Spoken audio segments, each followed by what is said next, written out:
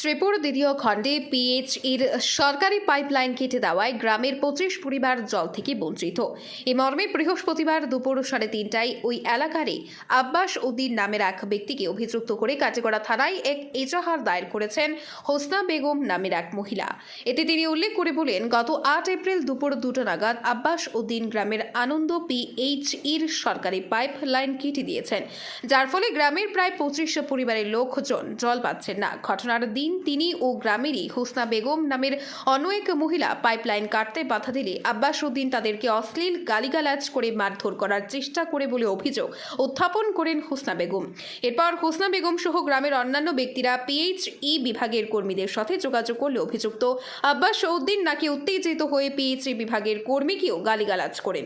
গ্রামবাসীরা জলের জন্য খুব কষ্ট পাচ্ছেন বলে উল্লেখ করেন এজাহারে। গ্রামের ভুক্তভোগী জনগণের সাথেও বিভাগীয় কর্তৃপক্ষের সাথে পরামর্শ করে বৃহস্পতিবার কাটিগড়া থানায় আব্বাস উদ্দিনকে অভিযুক্ত করে এক এজাহার দায়ের করেছেন বলে হোসনা বেগম জানান।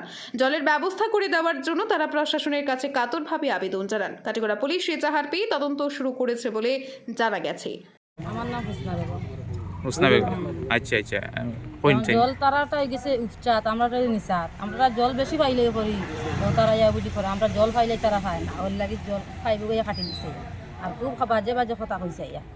আর রোজা মাসের দিন করি আমি আর বারোইছি না করতে, তাই যাতে পারছেন না মারছে, ও তানোর কুদি কুদি আইছে।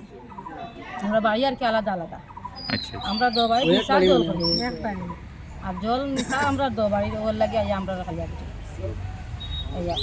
আর জল যে দেয় তাইনরে অপমান করছে, তাইনও আসলা লোকে লোকে আসলা।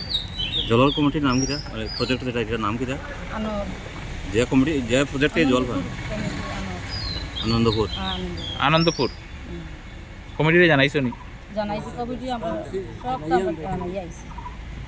তাইনও ভাবছে না তোমরা আইনে গিয়া আউলা কমিটির সেক্রেটারি কে আনন্দ সেক্রেটারি